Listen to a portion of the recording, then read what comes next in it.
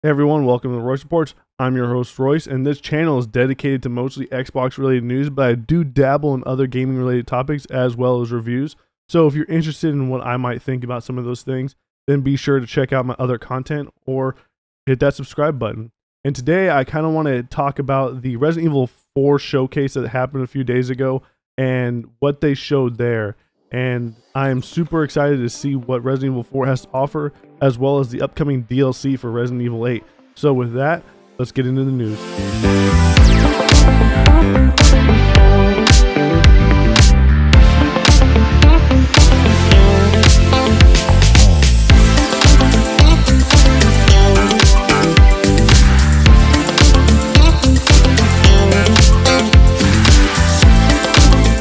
Alright, so Resident Evil 4. Resident Evil 4 is probably one of the greatest games of all time. And I love Resident Evil 4. Now, I can't say I've been a fan since day one. I have only recently been playing the Resident Evil games for about maybe the past 5 years. So I'm kind of new to the franchise. But regardless, I still adore this franchise a lot. And it has become one of my favorite game franchises of all time within the amount of time that I've spent with it. And Resident Evil 4 is definitely one of the best games I've ever played. And so I'm super stoked to see what the showcase had to offer, and they did not miss a beat when they showed off Resident Evil 4 for the first time. The way that they're able to capture what Resident Evil 4 is in just a little bit of gameplay in the trailer that they showed off was incredible. And I know that this game is in great hands. I know a lot of people are kind of concerned because of the way that Resident Evil 3 was remade, and I just want to squash any of that concern and tell you that the Resident Evil 3 team are not making the Resident Evil 4 game. The Resident Evil 2 remake team are the ones that are making the Resident Evil 4 remake, and Resident Evil 2 remake is probably my favorite game of last generation. That team did an amazing job with rebuilding that world. And so with that team, that A team right there coming over and working on Resident Evil 4 remake, I don't think anyone has anything to worry about. And if you would have seen, and if you have seen what they have done with this, you would probably agree, because the way that Resident Evil 4 is that Resident Evil 4 differed from the rest of the franchise. Resident Evil 4 was the first one to kind of go into that third person over the shoulder type gameplay and not use tank controls and kind of incorporate not just survival horror but action and a little bit of goofiness. And I know that goofiness has always been a part of what Resident Evil is. I mean, Jill Sandwich. Help me, please! The door won't open! Quick! Stay away from the door, Jill. I'm gonna kick this door down. Hurry! This way! Oh, Barry! That was too close. You were almost a Jill sandwich. You're right. Barry, thanks for saving my life. But Barry, didn't you say you're going back to the dining room to do some research? Why on earth are you here? I just had something I wanted to check. Now, let's get back to searching for the lost captain and Chris, shall we? Thank you, Barry. Yeah. So I know that, so obviously Resident Evil has always been type of a kind of goofy, over the top type game, but Resident Evil 4 kind of took it to a whole nother level with the one-liners. I have been honored with the prodigious power from the great Lord Sadler. I've been expecting you, my brethrens. No thanks, bro. The relationship between Cunningham and Leon. Jack free. Hey, Hunnigan, no glasses. Forget the glasses. What's the status of the mission? I've rescued the subject. We're returning home. You did it, Leon. Thanks. You know, you're kind of cute without those glasses. Give me your number when I get back. May I remind you that you're still on duty. Story of my life. All the things Leon would say to Ashley or to Luis, or Lewis. Small world, eh? Well, I see that the president's equipped his daughter with ballistics, too. How rude! And I don't believe there's any relevance with my figure and my standing. Who are you? There's a lot of goofiness that was in that game, and I was afraid that once they remade it, that they would kind of lose that feeling of what made Resident Evil 4, and they didn't. They captured it perfectly. There is some really great. There's a great one-liner in there.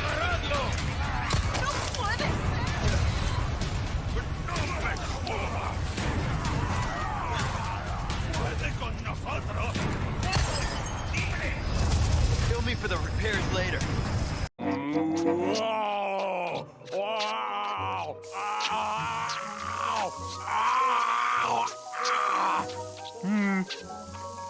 There is some great acting. I am super stoked to see all those characters remade. I think all of them look great. I think Leon looks amazing. I think Cunningham looks great. I love the way that they've been doing Ada with Resident Evil 2 and now Resident Evil 4. I think this looks amazing. It looks jaw-dropping. I am so excited to be able to play this in March. And even the look and feel of Resident Evil 4 has been captured. They are able to show off the claustrophobic atmosphere that Resident Evil 4 kind of accomplished, and they are able to bring that over and do this themselves in a different way, because you see how there's many differences going on here. Like the opening scene, for example, the way that they approach the opening scene is completely different, and actually reminds me a lot of how they handled Resident Evil 8, which is Resident Evil 8 pays a lot of homage to Resident Evil 4, and so now in turn Resident Evil 4 is paying homage to Resident Evil 8, which is really awesome. And the creepiness of the villagers, they have intensified it a lot.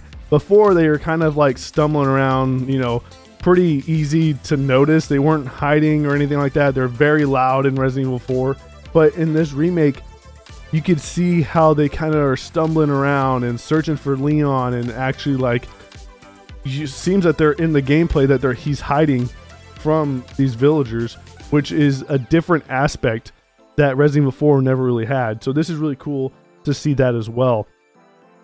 My only gripe that I could actually think of is probably the way that Ashley looks, and it's not about the way she looks, like how pretty she is or whatever. I don't have an issue with that. It's just, my issue is she looks like she's wearing a wig. I don't know how to describe it. It just looks so like poofy and not right. You look at people's hair, like you look at Cunningham's hair, you look at Ada's hair, you look at Leon's hair, you look at the big cheese, his hair, and it just looks fine. But for some reason, it's just Ashley's hair that I have a problem with.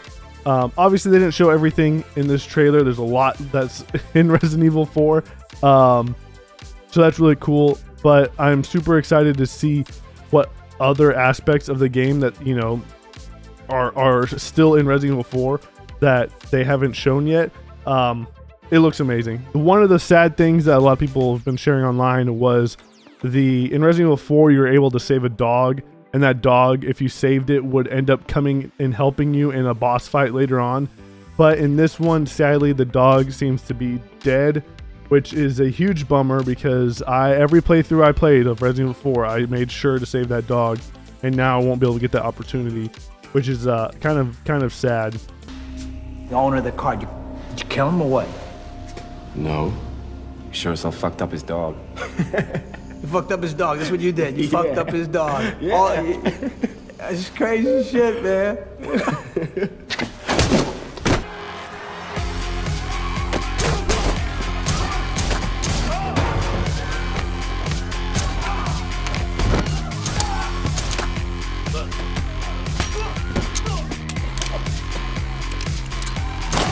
But overall, I think Resident Evil 4 looks phenomenal, and I'm going to be playing it day one without a doubt. I have already pre-ordered it. Don't pre-order games. Don't be me. But I couldn't help myself, and I've already pre-ordered this game because I'm just super stoked to just be able to get my hands on it. They also showed off Resident Evil 8's DLC, and some of the modes that they're going to be releasing into Resident Evil 8, like the third-person mode. I'm probably not going to hop back into Resident Evil 8 just to play it third person unless there's achievements for it. But I probably will check out the Rose DLC because I'm interested to see the story of Ethan and Rose come to an end. And I don't know if Rose is going to be a big part of Resident Evil 9 going forward, or if they're going to have a new character. I don't know what they're doing. But if that's the case, I just am really interested to see her story. And it looks like it'll have a very emotional impact because of the fact that if you've played Resident Evil 8, then you know how the ending is. So seeing this reunion might be really, really exciting. And the gameplay aspect of it looks very unique, and especially for a Resident Evil game with Rose having those powers, it's going to be kind of interesting. So I might dive back in just to play that. But because of the slate of games that are coming out within the next few months, I might not be able to have a chance to do so because of games like Modern Warfare 2, God of War. I'm currently doing a Plague Tale Requiem run through, so if you are interested in my review on that, then stay tuned for that. You currently also have Callisto Protocol coming up. Yeah, Gotham Knights that just recently dropped, and I know I'm probably forgetting a game or two. High on Life later in December, and then you have January with Dead Space Remake. So there's a lot coming on within the next few months, so I might not be able to have a chance to hop in it, but if I am able to, I'll definitely give you guys my thoughts, and if you're interested, then check it out. But yeah, like there's been a lot of horror franchises that have been coming back lately. You've had Alan Wake get a sequel, and also Alan Wake published on PlayStation 4 and PC. Well, it's already on PC, but they did a remaster of Alan Wake, so now it's on every console and on PC. They're doing Alan Wake 2, so I love the look of that. It definitely looks a lot different from the original. I have never played Alan Wake. I've only gotten maybe 3 or 4 chapters into the original game, and I just haven't been able to get through it. That doesn't mean I don't like the game. It just haven't been able to get through it, but I've heard nothing but great things about that game, and I need to get into it. You've also had Dead Space, which I have played Dead Space 1, which is on my channel if you want to check out my review. Dead Space Remake is coming soon, so I am trying to gear up for that as well. So I have a lot on my plate. I've played Dead Space 1, I'm trying to get through Dead Space 2, and I need to play Dead Space 3 with a friend. So those are in the future. So as well as Callisto Protocol, which is a spiritual successor to Dead Space, with the original director Glenn Schofield coming in and building a team from the ground up for this specific game. So that looks awesome. That's also dropping in December. Then you have Resident Evil franchise, obviously making a huge splash in the scene, and then you are going to have Silent Hill. A lot of Silent Hill. Yeah, Silent Hill also had a recent showcase where they showed off quite a few projects. They showed off an interactive TV show that they're doing. They showed off a movie, and they showed off 3 games that are going to be coming out, all with different ways of approaching it. And I think the one that's getting the most traction is probably Silent Hill 2, which a lot of people are super stoked about.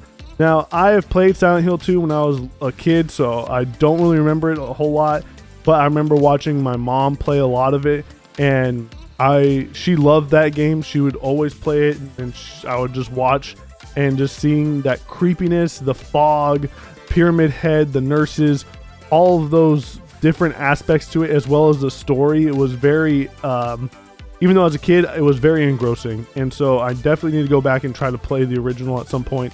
But the remake is coming out, and I have mixed feelings about it. I was not really impressed with the trailer. I have to admit, I think the character models looked kind of bad. The character model for the main character, when you see screenshots comparing it to the original, in my eyes, the original looks better. And I know that is like, obviously the original is like a PlayStation 2 Xbox game, and this is going to be an Xbox Series X and PlayStation 5 game, but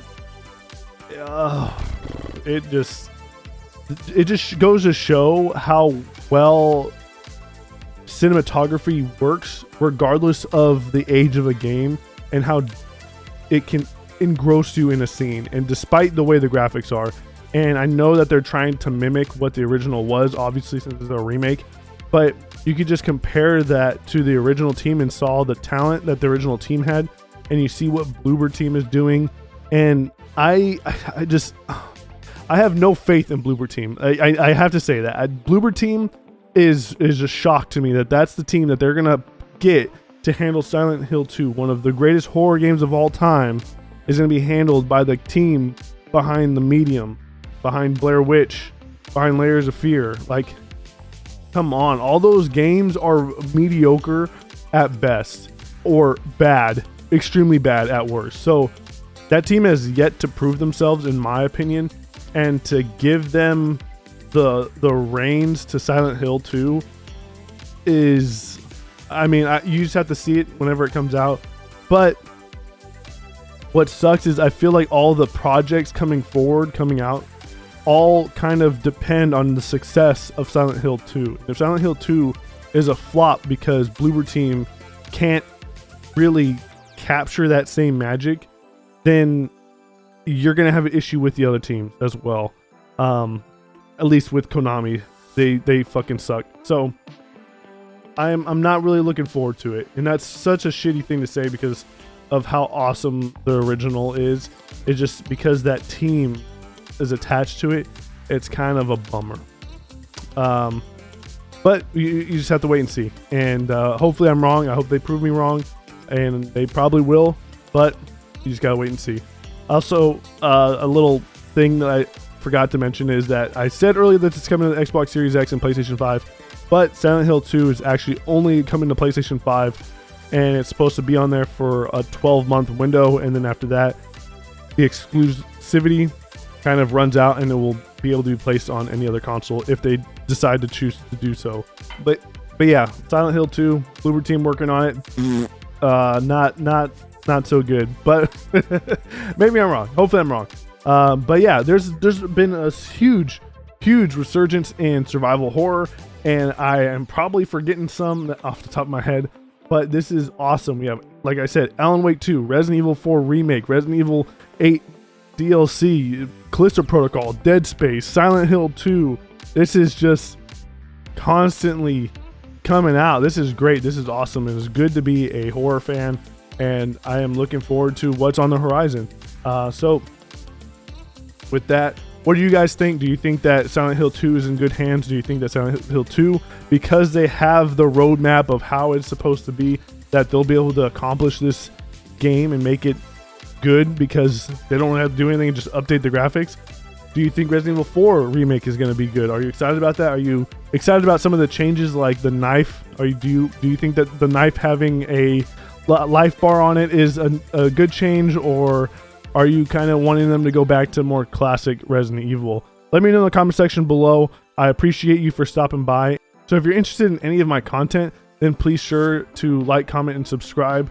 I really appreciate all the discussions. If you do want to leave a comment, I'd really much appreciate it, and I will respond to you.